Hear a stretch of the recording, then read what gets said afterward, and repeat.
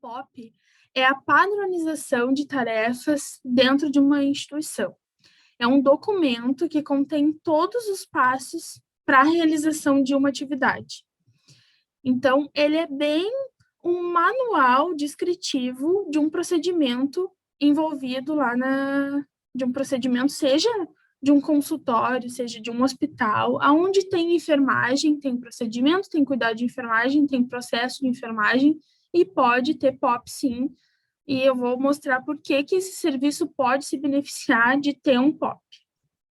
Então, o protocolo, que está na parte 2 da nossa aula, ele fornece ao profissional de enfermagem a instrumentalização necessária para a atuação profissional com segurança, autonomia e compromisso ético. É um documento mais complexo. Dentro do protocolo tem vários procedimentos. O que é um POP e por que implementá-los? Como eu falei, ele é um documento, uma ferramenta fundamental. Ele determina com detalhes o passo a passo de uma atividade, cada passo de uma atividade. Então, ele é um tipo de manual descritivo, sendo possível garantir através dele repetições exatas dos procedimentos, tendo funções definidas e levando a resultados consistentes. Então, ele despende de um empenho dos gestores e de toda a equipe envolvida nesses procedimentos, né? Ele embasa os nossos cuidados.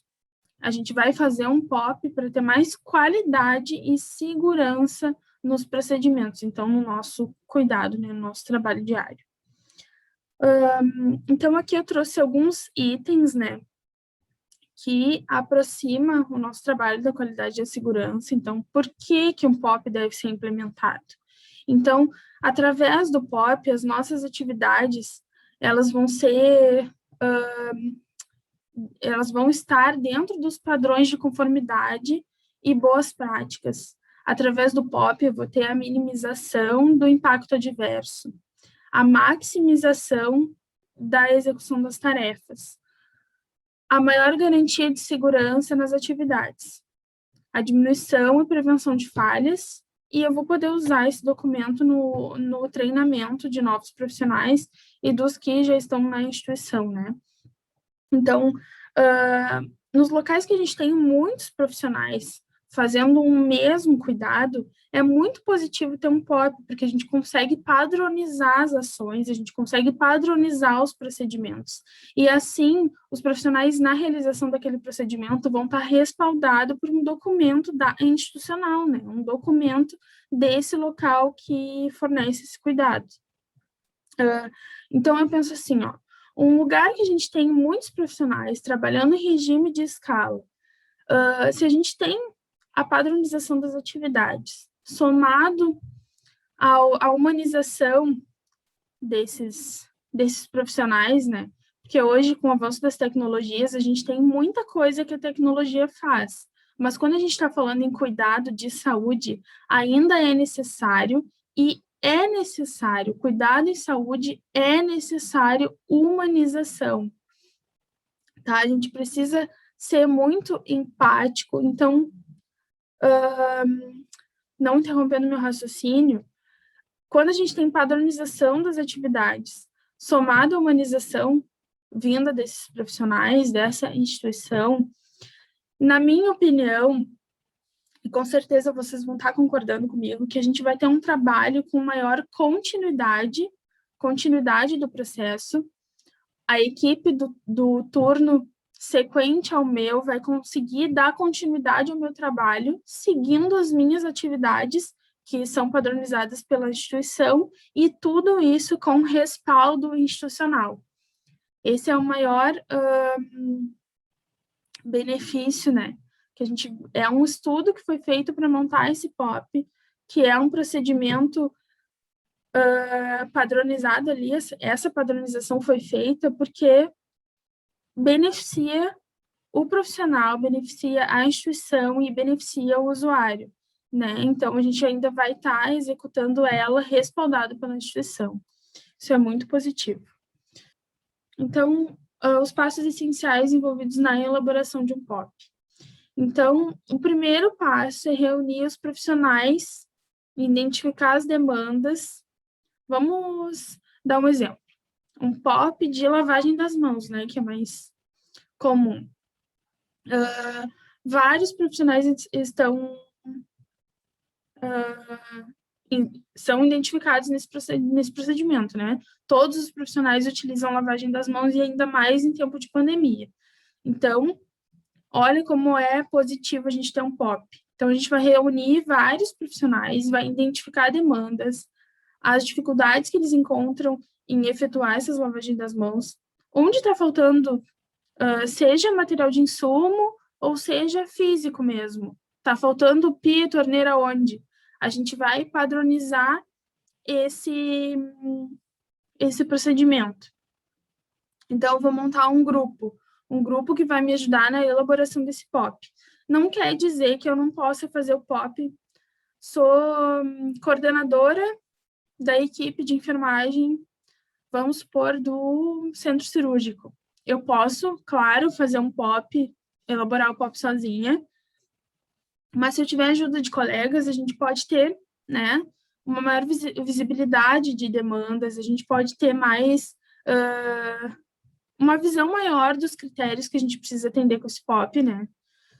Então, é positivo a gente montar um grupo que vai estar envolvido nessa elaboração. A gente vai descrever as tarefas, descrever as etapas, então a gente vai descrever bem detalhadamente o tempo que a gente leva para fazer esse procedimento, os materiais que a gente demanda e os resultados que a gente pretende atingir lá no final do processo. Nesse item etapas, o cursor vai aparecer aí para vocês, nesse item etapas, eu trouxe para a gente descrever as etapas de maior importância num procedimento. Vamos citar uma sondagem vesical de demora, tá? Um POP sobre sondagem vesical de demora. Eu vou descrever muito bem a etapa da abertura do campo, né? Para manter a esterilidade dos materiais. Vou descrever muito bem a higienização do paciente, né? Do indivíduo, porque são etapas críticas. Se a gente não efetuar essa etapa com muito cuidado, o nosso resultado lá no final vai estar comprometido. Então, esse item, etapas, quer dizer sobre isso. Checagem. A gente precisa montar uma lista de checagem, onde a gente vai estar fazendo um check-in mesmo das etapas que já foram feitas e que a gente vai conseguir ver lá no final se os resultados foram atingidos, contemplando todos os itens da minha lista de checagem, tá? E a formatação, organizar formalmente esse documento para ele ficar bem bonito, exemplo de documento mesmo, para representar a minha instituição, representar o meu procedimento. Aqui a gente já vai para a parte 2. Então, por que construir um protocolo de enfermagem?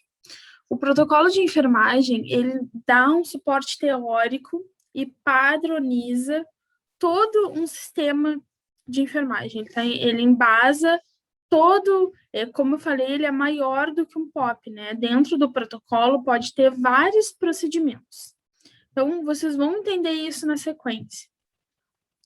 Para a construção de protocolos, a gente precisa seguir os princípios legais e éticos, né? A legislação como um todo. E aí entra muito a aula da doutora Jéssica Oliveira, a primeira aula do canal.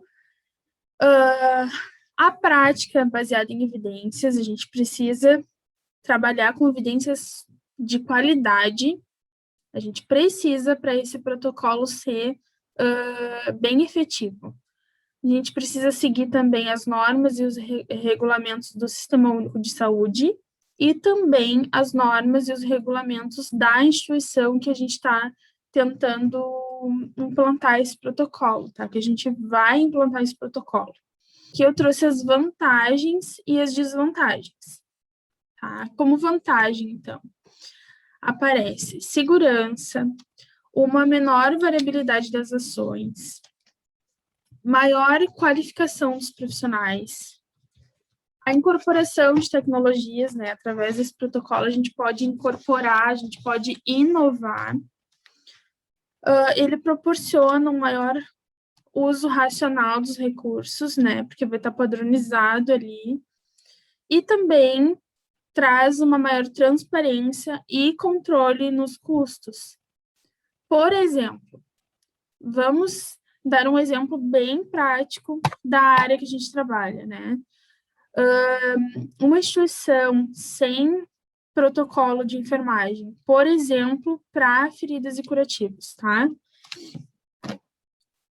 Como que o gestor que faz as compras vai saber o que ele precisa mandar de material para realização de curativos sem um embasamento científico? O enfermeiro, ele precisa se empoderar, montar as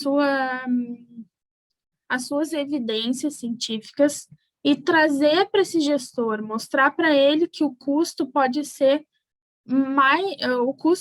menor e a efetividade do tratamento pode ser maior com coisas novas, né? É exatamente nesse ponto que a gente precisa pensar quando vai montar um protocolo de enfermagem. Então, o protocolo de enfermagem, ele pode representar uma restrição na tomada de decisões. Eu queria deixar essa reflexão. Será que ele vai restringir a minha atuação? Se eu seguir esse protocolo, ele vai restringir a minha atuação? Ou ele vai dar qualificação para a minha atuação? Então, é exatamente nesse ponto, quando eu trouxe esses itens aqui, ó. Os profissionais pouco experientes, eles vão se beneficiar desse protocolo, que eles vão conseguir aprender e se atualizar, porque o protocolo vai estar sempre atualizado, ele tem que estar sempre atualizado. E também os usuários que estiverem sob os cuidados desses profissionais que têm pouca experiência, eles vão se beneficiar também. E os profissionais muito experientes também são beneficiados pelos protocolos assistenciais. E por quê? Porque eles também vão conseguir se atualizar. E também sobre o próximo item, a autonomia profissional e responsabilidade pelos seus atos.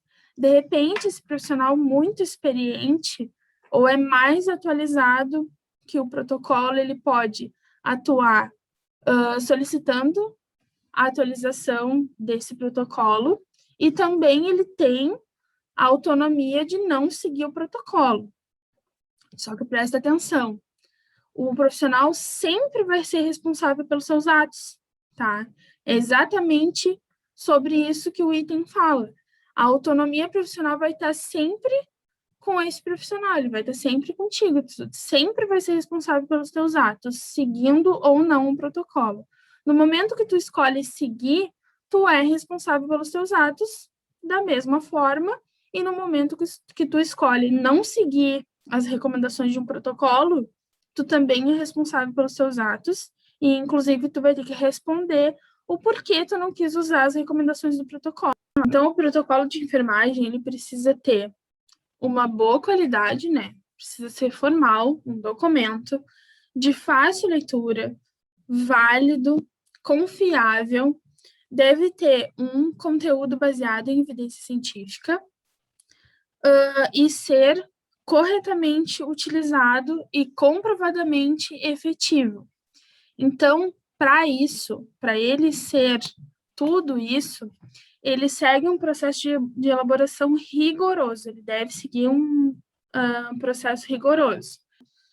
Então, aqui eu trouxe os elementos essenciais para a elaboração desses protocolos. Então, o primeiro, a gente encontra a origem, tá? Onde a gente deve identificar claramente a instituição, o departamento que vai emitir esse protocolo. O objetivo, a gente precisa encontrar bem esse público-alvo, os profissionais envolvidos, a especificidade do tema, o foco, os grupos de desenvolvimento, então. Quais os profissionais vão usar esse protocolo? Quais vão se beneficiar? Quais os usuários? Qual vai ser o usuário final? Tem que estar bem descrito. Quais vão ser os atores incluídos nesse processo? Vamos continuar. O conflito de interesse tem que estar bem especificado ali na declaração de conflito do conflito de interesse os órgãos envolvidos, tá? Porque a gente está se referindo aqui aos aspectos comerciais, econômicos, políticos, então tem que ter a declaração de conflito de interesse desses profissionais que estão elaborando. As evidências. Então, a gente vai trazer no protocolo o detalhamento das informações científicas, tá? Nas evidências ali que eu trazer. Nas evidências que eu vou buscar. Então, eu vou trazer a estratégia de revisão de literatura que eu utilizei. Tem que estar bem escrito também. Revisão. Quando a minha elaboração for feita, eu vou ter que ter um revisor externo à equipe de elaboração para fazer a revisão do meu material.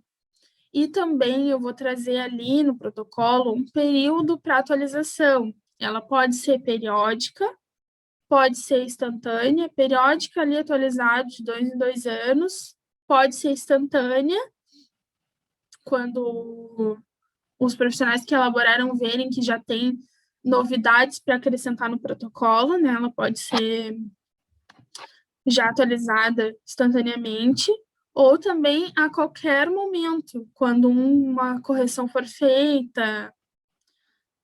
E sobre fluxogramas, que a gente já falou sobre isso lá no POP, são esquemas representativos. Eu não trouxe aqui para vocês ficarem curiosos e irem buscar lá no protocolo, que mesmo se a sua área não for cuidado com ferida e lesões de pele, entra lá no protocolo de enfermagem para cuidados de ferida de Florianópolis. Vai lá nos fluxogramas. Lá vocês vão conseguir ver que eu trouxe essa imagem aqui porque pode ser um fluxograma bem fácil. Por exemplo, o da limpeza, da higienização das mãos.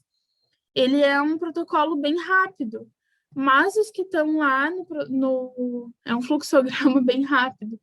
Mas lá os que estão no protocolo de Florianópolis, eles são mais complexos. Eu quero que vocês vão lá e me digam se não facilita olhar os fluxogramas na hora de você efetivar um cuidado. Vamos continuar. Ainda sobre os elementos essenciais. Então, os resultados, eles precisam ser monitorados por indicadores. Então, esse monitoramento, ele tem que ser feito de forma planejada e sistemática, tá? Para a gente acompanhar os resultados que o nosso protocolo está causando, que vai causar. A validação, tão importante ser validados pelos profissionais quanto pelos usuários, porque a gente precisa muito, eu gosto de bater nessa tecla, porque a gente tem que aproximar o protocolo que a gente está realizando, a assistência que a gente realiza, os cuidados que a gente despende, né, que a gente fornece para o nosso usuário, ele tem que ser próximo das características locais, ele tem que se aproximar da cultura do paciente, do indivíduo. As limitações, elas devem ser identificadas, tá, se tiver limitações, e também elas podem ser ali no protocolo mesmo, já pode dizer o que fazer diante de uma limitação. E para a implantação, a gente tem que treinar esses profissionais que vão usar, né? E ver como é que o nosso protocolo vai ser divulgado através da mídia. Por exemplo, esse de Florianópolis está lá no site da Prefeitura de Florianópolis, né? Ele tem que ser bem divulgado. E os profissionais treinados. Aqui, então, deixa o like para mim, já coloca os comentários, se você tem alguma sugestão, alguma dúvida, pode seguir, ó, aqui está o meu, Eduarda Morrudo, as outras meninas, as outras enfermeiras, doutoras, e também tem o Instagram do Enfimpodera, @Enfimpodera, a gente está esperando vocês lá. Até a próxima!